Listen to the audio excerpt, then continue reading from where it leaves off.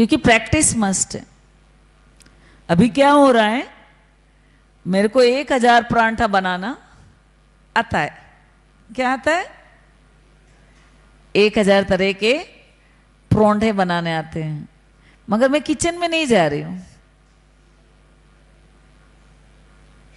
बोलो, अगर मैं किचन में नहीं जाऊं तो परांठे बनेंगे?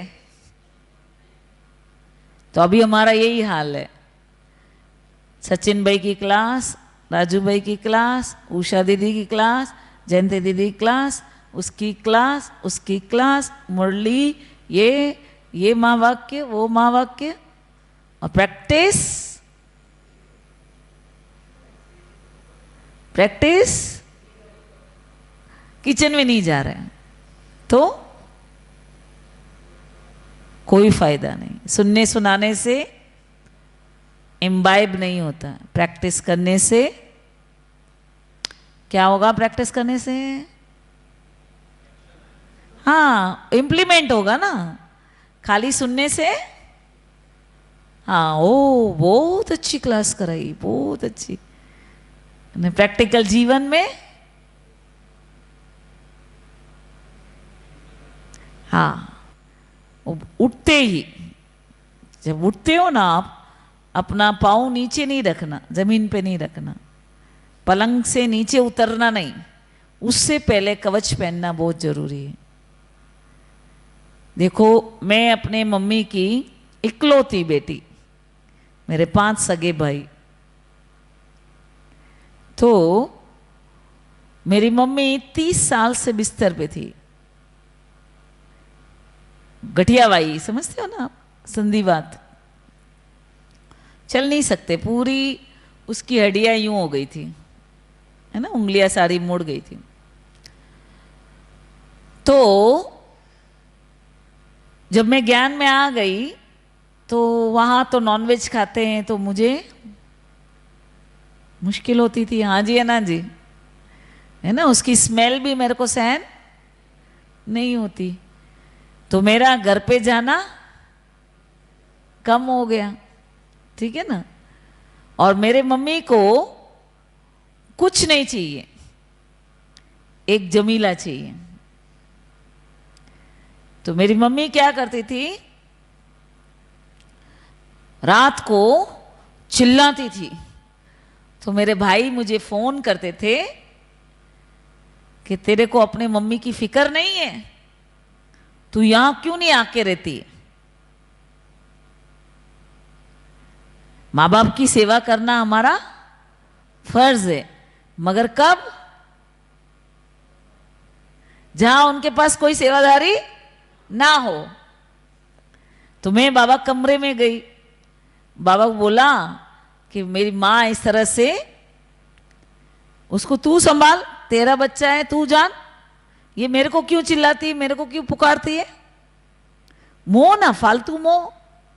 अब उनके पास उनका हस्बैंड है प्यारा प्यारा सा, संभालने के लिए 10-10 नौकर है उनके पास, 5 बेटे हैं हाजिर नाजिर, और 5 बहुएं हैं, और पोते पोतियां तो गिनती नहीं, क्योंकि 19 भाई है टोटल, उन सबके बच्चे भी, राइट, काका मामा ताऊ के।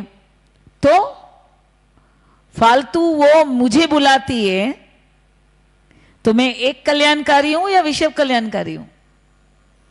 बोलो, विश्व कल्याणकारी।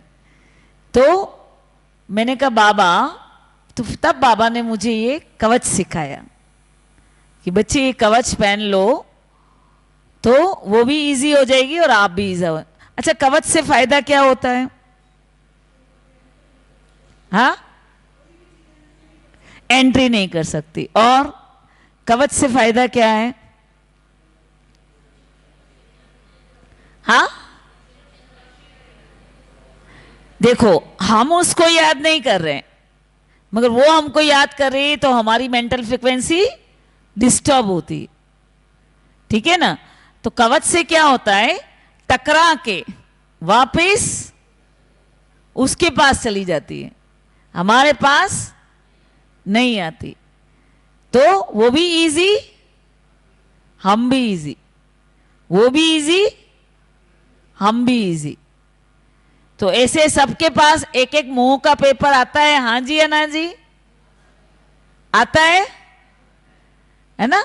तो इससे ओवरकम करने के लिए सुबह में से अमृत वेला बाबा के पास बाप दादा नीचे बुलाओ और बाप दादा का आंख का कवच, क्योंकि आंख के कवच से क्या फायदा रहता है? बोलो।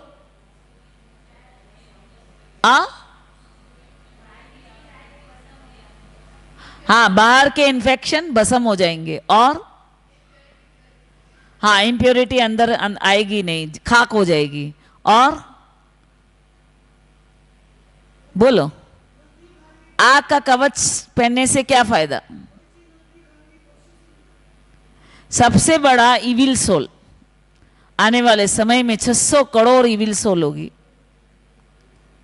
एक इविल सोल आती है तो 12 बज जाती है उस घर की। तो इविल सोल आग से डरती है। किससे डरती है? तो ये अपने घर पे भी बना सकते हो, सेंटर के चारों तरफ भी बना सकते हो और अपने चारों तरफ भी। तो कोई भी नेगेटिव एनर्जी अंदर एंटर नहीं करेगी। तो सुबह पाँव बाद में धरना, मतलब आपका पाँव नीचे जमीन पे, बाद में पहले फर्स्ट बाबा को गुड मॉर्निंग करके ये कवच पहनेंगे।